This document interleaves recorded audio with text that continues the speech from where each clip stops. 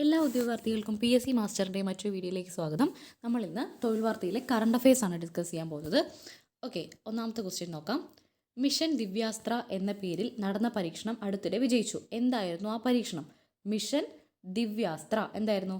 India തദ്ദേശീയമായി വികസിപ്പിച്ച ആണവായുധ വാഹക ശേഷിയുള്ള അഗ്നി 5 എന്ന ബഹുലക്ഷ്യ മിസൈലിൻ്റെ പരീക്ഷണമാണ് മിഷൻ ദിവ്യാസ്ത്ര എന്നറിയപ്പെട്ടത്. ഓക്കെ, മിഷൻ ദിവ്യാസ്ത്ര എന്താണ്? തദ്ദേശീയമായി വികസിപ്പിച്ച ആണവായുധ വാഹകശേഷിയുള്ള അഗ്നി 5 എന്ന ബഹുലക്ഷ്യ മിസൈൽ അഗ്നി 5ൻ്റെ പരീക്ഷണമാണ് നമ്മൾ എന്തറിയപ്പെട്ടിരുന്നത്? ദിവ്യാസ്ത്ര മിഷൻ ദിവ്യാസ്ത്ര എന്താണ്? അഗ്നി 5ൻ്റെ പരീക്ഷണം. അഗ്നി 5ന് എന്താണ് തദ്ദേശീയമായി നിർമ്മിച്ചതാണ്. അതുപോലെ തന്നെ എന്താണ്? ആണവായുധ വാഹക ശേഷിയുണ്ട്. അഗ്നി 5 പരീക്ഷണ വിജയത്തോടെ US, UK, Russia, France, China എന്നീ രാജ്യങ്ങളുടെ കൂട്ടത്തിൽ ഇന്ത്യയും സ്ഥാനം പിടിച്ചു. അപ്പോൾ അഞ്ചാമത്തെ രാജ്യമാണ് ഇന്ത്യ. അഗ്നി 5ൻ്റെ പരീക്ഷണം നടത്തിയതോടുകൂടി അതിൻ്റെ അഞ്ചാമത്തെ രാജ്യമായി മാറി. ഏതൊക്കെയാണ്? US ആണ് ആദ്യം, UK, റഷ്യ, അഞ്ചല്ല 6. US, UK, Russia, France, China. US, UK, Russia, France, China. ആറാമത്തെ രാജ്യമായി India. Multiple independently targetable re entry vehicle MIRV. Multiple independently targetable re entry vehicle. ടാർഗറ്റബിളിൻ്റെ T ഇവിടെ ഇല്ല, പക്ഷേ MIRVയിൽ നമ്മൾ ടാർഗറ്റബിൾ വായിക്കണം. Multiple independently targetable re entry vehicle സാങ്കേതികവിദ്യയുടെ സഹായത്തോടെയാണ് മിസൈൽ പ്രവർത്തിക്കുന്നത്. അപ്പം അഗ്നി 5 പ്രവർത്തിക്കുന്നത് ഏത് സാങ്കേതികവിദ്യയുടെ സഹായത്തോടു കൂടിയാണ്? MIRV, multiple independently targetable re entry vehicle. MIRV സാങ്കേതികവിദ്യയുടെ സഹായത്തോടെയാണ് അഗ്നി 5 പ്രവർത്തിക്കുന്നത്. അഗ്നി 5 മിസൈലിനെ പരിഷ്കരിച്ച പതിപ്പ് വികസിപ്പിച്ച DRDO ശാസ്ത്രജ്ഞരുടെ സംഘത്തെ നയിച്ച തിരുവനന്തപുരം സ്വദേശിയാണ് ഷീന റാണി. ഓർത്തു വെക്കുക, മലയാളികളെ ചോദിക്കാറുണ്ട്. അപ്പോൾ അഗ്നി 5ൻ്റെ പരിഷ്കരിച്ച പതിപ്പ് വികസിപ്പിച്ച DRDOയിൽ സംഘത്തെ നയിച്ച തിരുവനന്തപുരംകാരിയാണ് ഷീന റാണി. അഗ്നി 5 MIRV. ഷീന റാണി, അഗ്നി 5 സാങ്കേതികവിദ്യ MIRV. പിന്നെന്താണ് ഇതിൻ്റെ പ്രത്യേകത? എന്താ? തദ്ദേശീയമായി വികസിപ്പിച്ചതാണ്. എന്തുണ്ട്? ആണവവാഹക ശേഷിയുണ്ട്. ഓക്കെ, ഇതിൻ്റെ ആ ഓപ്പറേഷൻ അറിയപ്പെടുന്നത് എന്താ? മിഷൻ ദിവ്യാസ്ത്ര. പൗരത്വ നിയമ ഭേദഗതിയിലെ ചട്ടങ്ങൾ 2024 മാർച്ച് 11 കേന്ദ്ര സർക്കാർ വിജ്ഞാപനം ചെയ്തു. എന്താണ് സിറ്റിസൺഷിപ്പ് അമെൻമെൻറ്റ് ആക്ട് എന്ന് പറഞ്ഞാൽ? അപ്പോൾ എന്നാണ് നമ്മൾ പൗരത്വ ഭേദഗതി നിയമചട്ടങ്ങൾ കേന്ദ്ര സർക്കാർ വിജ്ഞാപനം ചെയ്തത്? ഡേറ്റ് ഇമ്പോർട്ടൻ്റ് ആണ്. 2024 മാർച്ച് 11. എന്താ സിറ്റിസൺഷിപ്പ് ആക്ട് അല്ലെങ്കിൽ CAA എന്ന് പറഞ്ഞാൽ? Okay, citizenship amendment act. Pakistan, Bangladesh, Afghanistan എന്നീ രാജ്യങ്ങൾ, നമ്മുടെ അയൽ രാജ്യങ്ങളായ 3 രാജ്യങ്ങൾ, പാകിസ്ഥാൻ, അഫ്ഗാനിസ്ഥാൻ, ബംഗ്ലാദേശ് എന്നീ രാജ്യങ്ങളിൽ നിന്ന് മതവിവേചനത്തിനിരയായി പുറത്താക്കപ്പെട്ട് 2014 ഡിസംബർ 31 മുൻപ് ഇന്ത്യയിലെത്തിയ മുസ്ലിങ്ങൾ ഒഴികെയുള്ള ഹിന്ദു, സിഖ്, ബുദ്ധ, ജൈന, പാഴ്സി, ക്രിസ്ത്യൻ മതവിഭാഗങ്ങളിൽപ്പെട്ടവർക്ക് ഇന്ത്യൻ പൗരത്വാവകാശം നൽകുന്നതാണ് ഈ നിയമം. അതായത് എന്താ സംഭവം? മുസ്ലിങ്ങൾക്ക് കൊടുക്കില്ല എന്ന് പറയുന്നതല്ല, പകരം അങ്ങനെ, അതായത് ക്വസ്റ്റ്യൻ വരുമ്പോൾ തെറ്റിപ്പോവരുതെന്ന് ഓർത്തിട്ടാണ് 2014 ഡിസംബർ 31 മുൻപ് നമ്മുടെ അയൽ മുസ്ലിം രാജ്യങ്ങളായ പാകിസ്ഥാൻ, അഫ്ഗാനിസ്ഥാൻ, ബംഗ്ലാദേശ് എന്നീ രാജ്യങ്ങളിൽ നിന്നും 2014 ഡിസംബർ 31 മുന്നേ എന്താണ്? മതവിവേചനത്തിനെതിരായി പുറത്താക്കപ്പെട്ട മുസ്ലിം ഒഴികെയുള്ള ബാക്കി ന്യൂനപക്ഷ വിഭാഗങ്ങളും ഹിന്ദുക്കളെയും ഇന്ത്യൻ പൗരത്വം കൊടുക്കുന്ന നിയമമാണ് ഇന്ത്യൻ പൗരത്വാവകാശം നൽകുന്ന നിയമം. ഓക്കെ, എന്താണ്? പാകിസ്ഥാൻ, ബംഗ്ലാദേശ്, അഫ്ഗാനിസ്ഥാൻ എന്നീ രാജ്യങ്ങളിൽ നിന്ന് ഇരയായി പുറത്താക്കപ്പെട്ട് 2014 ഡിസംബർ 31 മുൻപ് ഇന്ത്യയിലെത്തിയ മുസ്ലിങ്ങൾ ഒഴികെയുള്ള ഹിന്ദു, സിഖ്, ബുദ്ധ, ജൈന, പാഴ്സി, ക്രിസ്ത്യൻ മതവിഭാഗത്തിൽപ്പെട്ടവർക്ക് ഇന്ത്യൻ പൗരത്വം നൽകുന്നതാണ് പൗരത്വാവകാശ നിയമം. മുൻപ് കുറഞ്ഞത് 11 വർഷം രാജ്യത്ത് സ്ഥിരതാമസമാക്കിയവർക്ക് മാത്രമാണ് പൗരത്വം നൽകിയിരുന്നത്. പണ്ട് എത്രയാണ്? 11 വർഷം സ്ഥിരതാമസമാക്കിയവർക്ക് മാത്രമേ പൗരത്വം നൽകിയിരുന്നുള്ളൂ. നിലവിലെ ഭേദഗതി പ്രകാരം ഇത് 6 വർഷമായിട്ട് ചുരുക്കി. പണ്ട് 11 വർഷം സ്ഥിരതാമസം ഉണ്ടെങ്കിൽ മാത്രമേ എന്ത് കിട്ടിയിരുന്നുള്ളൂ? പൗരത്വം കിട്ടിയിരുന്നുള്ളൂ. നിലവിൽ എത്രയേ ഉള്ളൂ? 6 വർഷം സ്ഥിരതാമസമാക്കിയാൽ മതി. നിയമത്തിൽ പരാമർശിക്കുന്ന 3 രാജ്യങ്ങളിൽ മുസ്ലിങ്ങൾ മതപീഡനം നേരിടുന്നില്ല എന്നതാണ് അവരെ ഒഴിവാക്കുന്നതിന് സർക്കാർ വ്യക്തമായ കാരണം. അതായത് 3 രാജ്യങ്ങളും മുസ്ലിം രാജ്യങ്ങളാണ്. അപ്പോൾ മുസ്ലിങ്ങൾ അവിടെ മതവിവേചനം ഏർപ്പെടില്ല. അതുകൊണ്ടാണ് മുസ്ലിങ്ങളെ ഒഴിവാക്കി ബാക്കിയുള്ള മതവിഭാഗങ്ങളെ എന്ത് ചെയ്തേക്കുന്നത്? ഈ ഒരു ആക്ടിൽ ഉൾപ്പെടുത്തിയിരിക്കുന്നത്. അങ്ങനെയാണ് സർക്കാർ ഇതിന് തന്നിരിക്കുന്ന ഒരു വ്യാഖ്യാനം എന്ന് പറയുന്നത്. 2016 ജൂലൈ 19 ബില്ല് ആദ്യമായി ലോക്സഭയിൽ അവതരിപ്പിച്ചത്. എപ്പോഴാണ് പൗരത്വ ഭേദഗതി ബില്ല് ലോക്സഭയിൽ അവതരിപ്പിച്ചത്? 2016 ജൂലൈ 19. 2016 ജൂലൈ 19. ഓക്കെ. 2019 ഡിസംബർ 10 ലോക്സഭയും 11 രാജ്യസഭയും ബില്ല് പാസ്സാക്കി. അപ്പോൾ ആദ്യമായിട്ട് ബില്ല് ലോക്സഭയിൽ അവതരിപ്പിക്കുന്നത് 2016 ജൂലൈ 19. എന്നാൽ ഇത് ലോക്സഭയും രാജ്യസഭയും പാസ്സാക്കുന്നത് 3 വർഷം കഴിഞ്ഞ് 2019 ഡിസംബർ 10 ലോക്സഭ, ഡിസംബർ 11 രാജ്യസഭയുമാണ്. ഡിസംബർ 12 ഇത് രാംനാഥ് കോവിന്ദാണ് ഒപ്പുവെച്ചത്. ആരാ ഒപ്പുവെച്ചത്? രാഷ്ട്രപതി രാംനാഥ് കോവിന്ദാണ് ഒപ്പുവെച്ചത്. 1955 പൗരത്വ നിയമം ഭേദഗതി ചെയ്യുന്നതിനാണ് പുതിയ ബില്ല് അവതരിപ്പിച്ചത്. ഓക്കെ, അത് ഇമ്പോർട്ടൻ്റ് ആയിട്ടുള്ള സാധനമാണ് CAA ആക്ട് എന്ന് പറഞ്ഞാൽ. അതിൻ്റെ വിജ്ഞാപനം ഇപ്പോൾ 2024 മാർച്ച് 11 എന്നാൽ ആദ്യമായിട്ട് ഇതിൻ്റെ ബില്ല് അവതരിപ്പിക്കുന്നത് 2016 ജൂലൈ 19 ലോക്സഭയിലും, എന്നാൽ ലോക്സഭ പാസ്സാക്കുന്നത് 2019 ഡിസംബർ 10, രാജ്യസഭ ഡിസംബർ 11, രാഷ്ട്രപതി ഡിസംബർ 12. ആരാ ഒപ്പുവെച്ചത്? രാംനാഥ് കോവിന്ദാണ്. ഓക്കെ, എന്നാൽ ഇന്ന് വരെയുള്ള ആൾക്കാർക്കാണ് ഇന്ത്യയിൽ പൗരത്വം കൊടുക്കുക. 2014 ഡിസംബർ 31 മുന്നേ വരുന്ന മുസ്ലിങ്ങളല്ലാത്ത ബാക്കി വിഭാഗങ്ങൾക്ക് മതവിവേചനത്തിന് എതിരായിട്ട് മതവിവേചനം മൂലം പുറത്താക്കപ്പെടുന്ന ആൾക്കാർ ഇന്ത്യക്ക് എന്ത് കിട്ടും? പൗരത്വം കൊടുക്കുമെന്നാണ് പറയുന്നത്. ഇനി സർക്കാർ രേഖകളിൽ വ്യക്തിയുടെ പേരിനോടൊപ്പം അമ്മയുടെ പേര് നിർബന്ധമാക്കിയ സംസ്ഥാനമാണ് മഹാരാഷ്ട്ര. അപ്പം ഒരു സംസ്ഥാനമാണ് എന്ത് ചെയ്തു? നമ്മുടെ രേഖകളിൽ വ്യക്തിയുടെ പേരോടൊപ്പം അമ്മയുടെ പേരും കൂടി ചേർക്കണം. മഹാരാഷ്ട്ര. 2024 മെയ് 1 മുതൽ ഇത് പ്രാബല്യത്തിൽ വരും. അപ്പോൾ എപ്പോൾ മുതലാണ്? 2024 മെയ് 1 മുതൽ അമ്മയുടെ പേര് ചേർക്കണം എന്നുള്ളത് പ്രാബല്യത്തിൽ മഹാരാഷ്ട്രയിൽ വരും. അമ്മമാരെ ആദരിക്കുന്നതിൻ്റെ ഭാഗമായിട്ടാണ് ഇത്. സെൻട്രൽ വിജിലൻസ് കമ്മീഷണറായി ചുമതലയേറ്റ മലയാളിയാണ് AS രാജീവ്. ആരാ? സെൻട്രൽ വിജിലൻസ് കമ്മീഷണറായി ചുമതലയേറ്റ മലയാളി ആരാ? AS രാജീവ്. കോട്ടയം സ്വദേശിയായ ഇദ്ദേഹം ബാങ്ക് ഓഫ് മഹാരാഷ്ട്രയുടെ മുൻ MD ആണ്. ഓക്കെ, അപ്പോൾ AS രാജീവ് വിജിലൻസ് കമ്മീഷണറാണ്. ഏത് സ്വദേശിയാണ്? കോട്ടയം സ്വദേശിയാണ്. ബാങ്ക് ഓഫ് മഹാരാഷ്ട്രയുടെ MD ആണ് AS രാജീവ്. പ്രവീൺ കുമാർ ശ്രീവാസ്തവ കേന്ദ്ര മുഖ്യ വിജിലൻസ് കമ്മീഷണർ. അരവിന്ദ് കുമാർ ആണ് മറ്റൊരു കമ്മീഷണർ. ഓക്കെ, അപ്പം മുഖ്യ വിജിലൻസ് കമ്മീഷണർ ആരാ? പ്രവീൺ കുമാർ ശ്രീവാസ്തവ. മുഖ്യ വിജിലൻസ് കമ്മീഷണർ പ്രവീൺ കുമാർ ശ്രീവാസ്തവ. അതിൽ അംഗമായിട്ടുള്ള മലയാളിയാണ് ആര്? AS രാജീവ്. കൂടാതെ ആരും കൂടിയുണ്ട്? അരവിന്ദ് കുമാറും കൂടിയുണ്ട്. അപ്പോൾ AS Rajeev, Aravind Kumar, Praveen Kumar Srivastava. Main vigilance commissioner ആരാന്ന് ചോദിച്ചാൽ ആരുടെ പേരാണ് എഴുതേണ്ടത്? പ്രവീൺ കുമാർ ശ്രീവാസ്തവ. അതിൽ അംഗമായ മലയാളി ആരാണെന്ന് ചോദിച്ചാൽ AS രാജീവാണ്. ഏത് സ്വദേശിയാണ്? കോട്ടയം സ്വദേശിയാണ്. ബാങ്ക് ഓഫ് മഹാരാഷ്ട്രയുടെ മുൻ MD ആയിരുന്നു AS രാജീവ് എന്ന് പറയുന്നത്. തദ്ദേശീയമായി വികസിപ്പിച്ച ആയുധങ്ങളും സാങ്കേതിക ഉപകരണങ്ങളും പ്രദർശിപ്പിച്ചുകൊണ്ടുള്ള ഇന്ത്യൻ സേനകളുടെ അഭ്യാസ പ്രകടനം രാജസ്ഥാനിലെ പൊക്രാനിൽ നടന്നു. ഇതിൻ്റെ പേരാണ് ഭാരത് ശക്തി. എന്താ? തദ്ദേശീയമായി വികസിപ്പിച്ച ആയുധങ്ങൾ, സാങ്കേതിക ഉപകരണങ്ങൾ പ്രദർശിപ്പിച്ചുകൊണ്ട് ഇന്ത്യൻ സേനകളുടെ അഭ്യാസ പ്രകടനം. തദ്ദേശീയമായിട്ടുള്ള വസ്തുക്കൾ, അതായത് നമ്മളുണ്ടാക്കിയത് ഉപയോഗിച്ചിട്ട് എന്ത് ചെയ്തു? രാജസ്ഥാനിൽ പൊക്രാനിൽ വെച്ചിട്ട് ഇന്ത്യൻ സേനകൾ ഒരു അഭ്യാസ പ്രകടനം നടത്തി. അതിനാണ് ഭാരത് ശക്തി. തദ്ദേശീയമായി ഇത് ഉപയോഗിച്ചിട്ട് ഭാരത് ശക്തി. എവിടെയാണ് ഭാരത് ശക്തി അരങ്ങേറിയത്? പൊക്രാനിലാണ്. രാജസ്ഥാനിലെ പൊക്രാനിലാണ് ഭാരത് ശക്തി. 3 സായുധ സേനകളുടെയും ശക്തി പ്രകടനമായ അഭ്യാസം ആണ് എന്ത്? ഭാരത് ശക്തി. 3 സായുധ സേനയുണ്ട്.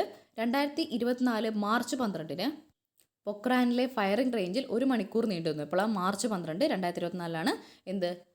ഭാരത് ശക്തി 3 സേനയുടെയും കൂടി നടന്നത്. എവിടെ വെച്ചാൽ? പൊക്രാനിലാണ്.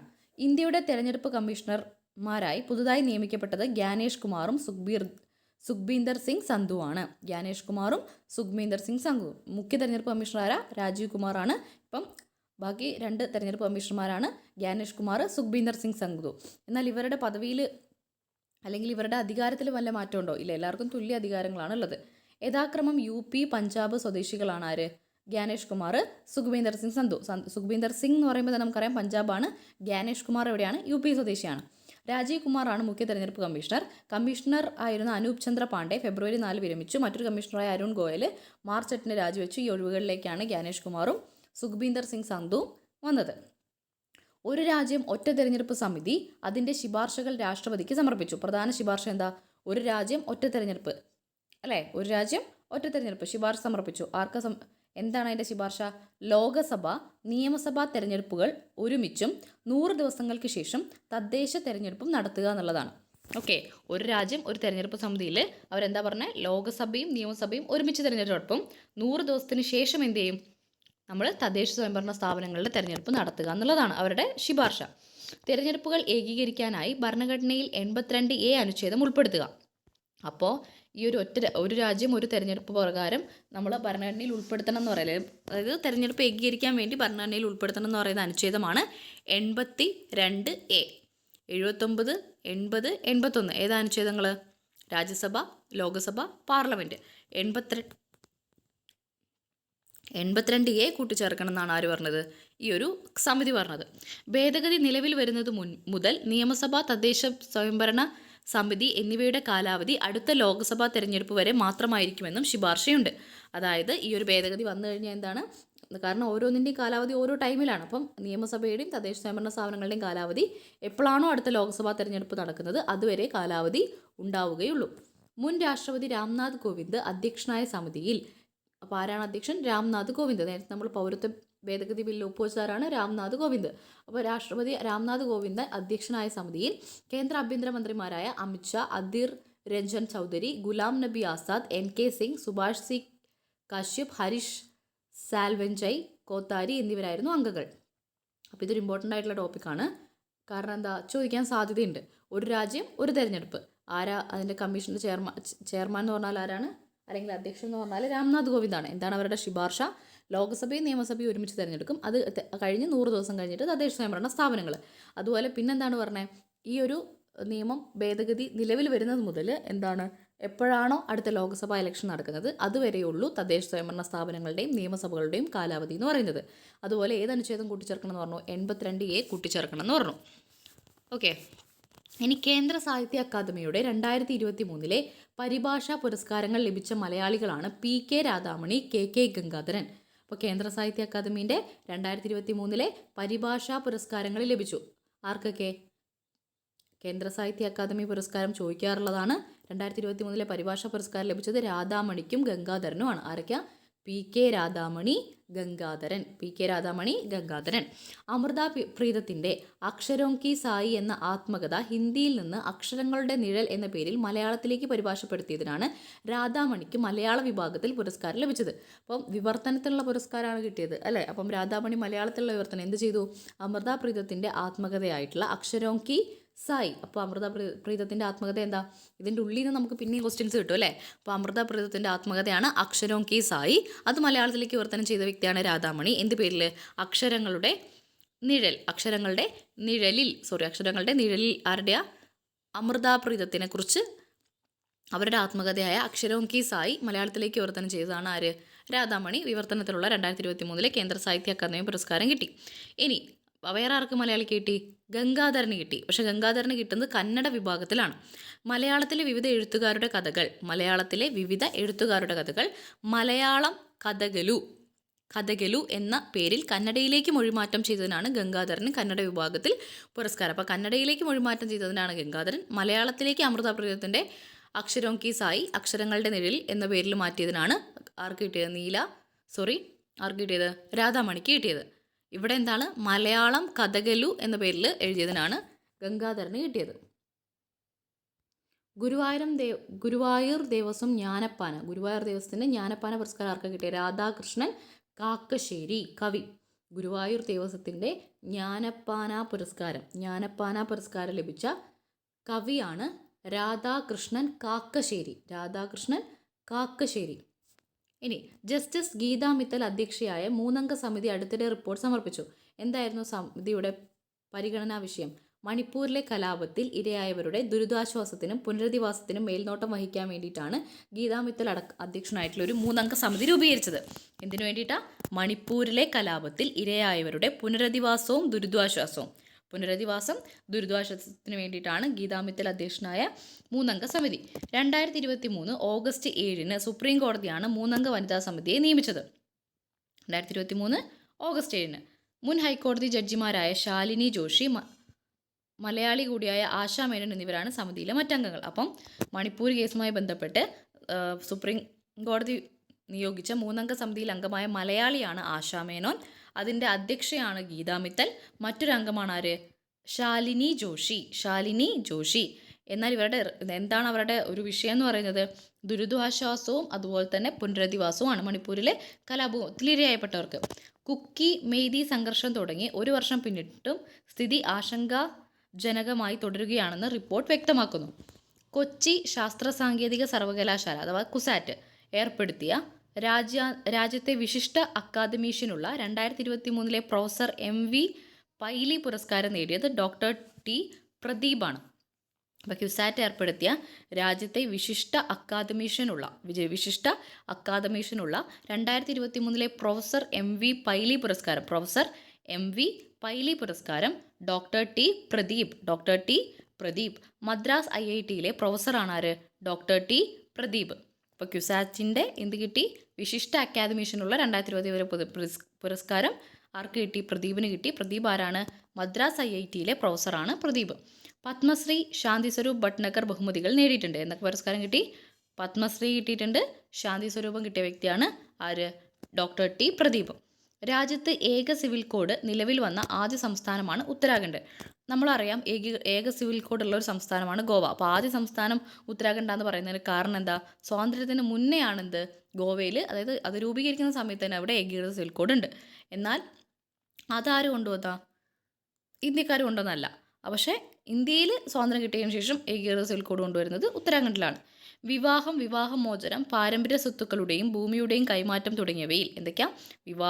വിവാഹമോചനം, പാരമ്പര്യ സ്വത്തുക്കളുടെയും ഭൂമിയുടെയും കൈമാറ്റം തുടങ്ങിയവയിൽ ജാതി, മത, സാമുദായിക വേർതിരിവുകളില്ലാതെ എല്ലാ പൗരന്മാർക്കും ഒരേ രീതിയിലുള്ള നിയമം ബാധകമാവുന്ന സംവിധാനമാണ് ഏക സിവിൽ കോഡ് UCC.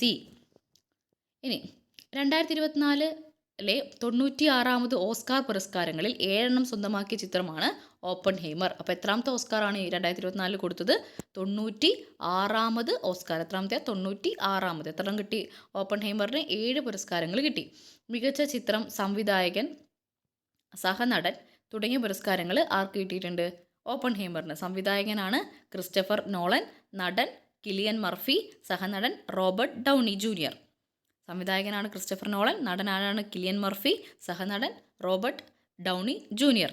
ഓസ്കാർ നേടുന്ന ആദ്യ ഐറിഷ് നടനാണ് കിലിയൻ മർഫി. അപ്പം ഓസ്കാർ നേടുന്ന ആദ്യത്തെ ഐറിഷ് നടനാരാ? Cillian Murphy. അതായത് ഓപ്പൺഹൈമറിൻ്റെ നടനായ കിലിയൻ മർഫി ഐറിഷ് നടനാണ്. അപ്പോൾ ആദ്യമായിട്ട് ഓസ്കാർ കിട്ടുന്ന ഐറിഷ് നടനാണ് കിലിയൻ മർഫി. എമ്മ സ്റ്റോൺ ആണ് മികച്ച നടി poor things. Emma Stone. PK Radhamani Gangadharan എന്താ കിട്ടിയ? വിവർത്തനത്തിനുള്ള കേന്ദ്ര സാഹിത്യ അക്കാദമി പുരസ്കാരം 2023. രാധാകൃഷ്ണൻ കാക്കശ്ശേരിക്ക് എന്താ കിട്ടിയേ? ജ്ഞാനപ്പാന പുരസ്കാരം. ഓക്കെ. അപ്പോൾ നമ്മൾ 96ാമത് ഓസ്കാറിൻ്റെ കാര്യമാണ് പറഞ്ഞുകൊണ്ടിരുന്നത്. 96ാമത് ഓസ്കാർ മികച്ച നടി ആരാണ്? Emma Stone, poor things. മികച്ച അന്താരാഷ്ട്ര ചലച്ചിത്രം ദ സോൺ ഓഫ് ഇൻട്രസ്റ്റ് ആണ് മികച്ച അന്താരാഷ്ട്ര ചിത്രം. UK-ൻ്റെയാണ്. The Zone of Interest. 20 Days in മരിയാപോളിയിലൂടെ യുക്രൈൻ ആദ്യ ഓസ്കാർ ലഭിച്ചു. അപ്പോൾ യുക്രൈൻ്റെ ആദ്യ ഓസ്കാർ എന്നായിട്ട് 20 Days in മരിയോപോളി. മികച്ച ഡോക്യുമെൻ്ററിക്കുള്ള പുരസ്കാരമാണ് യുക്രൈനുകാരനായ മിസ്റ്റിസ്ലാവ് ചെർണോവ് സംവിധാനം ചെയ്ത ചിത്രത്തിന് ലഭിച്ചത്. അപ്പം മികച്ച ഡോക്യുമെൻ്ററി ഏതാ? 20 Days in മരിയോപോളി. അത് യുക്രൈനാണ്. അതുപോലെ ഏറ്റവും അന്താരാഷ്ട്ര ചലച്ചിത്രം ഏതാണെന്ന് ചോദിച്ചാൽ The Zone of Interest UK. Los ആഞ്ചലസിലെ ഡോൾബി തിയേറ്ററിൽ നടന്ന പുരസ്കാര ചടങ്ങിൽ നടനും എഴുത്തുകാരനുമായ ജിമ്മി കിമ്മലായിരുന്നു അവതാരകൻ. ആരാ? ജിമ്മി കിമ്മൽ അവതാരകൻ. ജിമ്മി ആയിരുന്നു അവതാരകൻ. എവിടെയാണ് നടന്നത്? ലോസ് ആഞ്ചലോസിൽ വെച്ചിട്ടാണ്. ലോസ് ആഞ്ചലോസിലെ ഡോൾബി തിയേറ്ററിൽ. ഏത് രാജ്യത്തെ പ്രസിഡന്റ് തെരഞ്ഞെടുപ്പാണ് 2024 മാർച്ച് 15 മുതൽ 3 ദിവസങ്ങളിലായി നടന്നത്? റഷ്യയിലാണ്. അപ്പം പ്രസിഡന്റ് തെരഞ്ഞെടുപ്പ് 3 ദിവസങ്ങളിലായിട്ട് നടന്നു. 2024 മാർച്ച് 15 എവിടത്തെയാണെന്ന് ചോദിച്ചാൽ റഷ്യയിലാണ്. മെയ്യിലാണ് ഫലപ്രഖ്യാപനം നടക്കുക. റഷ്യയിലെ ഏറ്റവും വലിയ പാർട്ടിയായ യുണൈറ്റഡ് റഷ്യയുടെ സ്ഥാനാർത്ഥിയായി പ്രസിഡന്റ് വ്ളാഡിമിർ പുടിൻ്റെ 5ാം വട്ട ഭരണം ഉറപ്പാക്കുന്നതാണ് തെരഞ്ഞെടുപ്പ്. വിദൂര ഓൺലൈൻ വോട്ടിംഗ് സമ്പ്രദായം ആദ്യമായി ഉപയോഗപ്പെടുത്തുന്ന തെരഞ്ഞെടുപ്പ് കൂടിയാണിത്. വിദൂര ഓൺലൈൻ വോട്ടിംഗ് സമ്പ്രദായം. 11.23 കോടി വോട്ടർമാരാണ് റഷ്യയിലുള്ളത്. ഓക്കെ. പട്ടാള ഭരണകൂടം തൂക്കിലേറ്റിയ പാകിസ്ഥാനിലെ ഏത് മുൻ പ്രധാനമന്ത്രിയുടെ വധശിക്ഷ റദ്ദാക്കാനുള്ള പ്രമേയമാണ് ആ രാജ്യത്തെ പാർലമെൻറ്റ് പാസാക്കിയത്? സുൽഫിക്കർ അലി ഭൂട്ടോ. പട്ടാള ഭരണകൂടം തൂക്കിലേറ്റിയ പാകിസ്ഥാനിലെ ഏത് മുൻ പ്രധാനമന്ത്രിയുടെ വധശിക്ഷ റദ്ദാക്കാൻ? ആരുടെയാ? സുൽഫിക്കർ അലി ഭൂട്ടോയുടെ വധശിക്ഷ റദ്ദാക്കാനുള്ള പ്രമേയമാണ് രാജ്യത്തെ പാർലമെൻറ്റ് പാസാക്കിയത്. സുൽഫിക്കർ അലി ഭൂട്ടോ. ഭൂട്ടോയ്ക്ക് നീതിപൂർവമായ വിചാരണയും ശിക്ഷയും ലഭിച്ചില്ലെന്ന് മാർച്ച് 6-ന് സുപ്രീം കോടതി നിരീക്ഷിച്ചു. ഇതിൻ്റെ അടിസ്ഥാനത്തിലാണ് ദേശീയ സഭയിൽ പാകിസ്ഥാൻ പീപ്പിൾസ് പാർട്ടി പ്രമേയം അവതരിപ്പിച്ചത്. 1978 മാർച്ച് 18-നാണ് ലാഹോർ ഹൈക്കോടതി ഭൂട്ടോയ്ക്ക് വധശിക്ഷ വിധിച്ചത്. 79 ഏപ്രിൽ 4-ന് വധശിക്ഷ നടപ്പിലാക്കുകയും ചെയ്തു. ഓക്കെ. അന്താരാഷ്ട്ര നാണയനിധി പുറത്തുവിട്ട കണക്ക് പ്രകാരം ലോകത്തെ അതിദരിദ്ര രാജ്യങ്ങളിൽ ഒന്നാമത് ദക്ഷിണ സുഡാനാണ്. എന്താണ്? നാണയനിധി IMF പുറത്തുവിട്ട കണക്ക് പ്രകാരം ലോകത്തെ അതിദരിദ്ര രാജ്യങ്ങളിൽ ഒന്നാമത് ദക്ഷിണ സുഡാൻ. പ്രതിശീർഷ വരുമാനം, ആളുകളുടെ വാങ്ങൽ ശേഷി എന്നിവ ആധാരമാക്കിയിട്ടുള്ളതാണ് കണക്ക്. പ്രതിശീർഷ വരുമാനവും ആളുകളുടെ വാങ്ങൽ ശേഷിയെയും ആധാരമാക്കിയിട്ടാണ്. യമനാണ് ഏഷ്യയിലെ അതിദരിദ്ര രാജ്യങ്ങളിൽ ആദ്യത്തേത്. അപ്പം ഏഷ്യയിലെ അതിദരിദ്രം കൂടുതൽ എവിടെയാണ്? യമനിലും. ലോകത്ത് ഏറ്റവും കൂടുതൽ എവിടെയാണ്? ദക്ഷിണ സുഡാനിലുമാണ്. ലോകത്ത് ദക്ഷിണ സുഡാൻ, ഏഷ്യയിൽ യമനുമാണ്.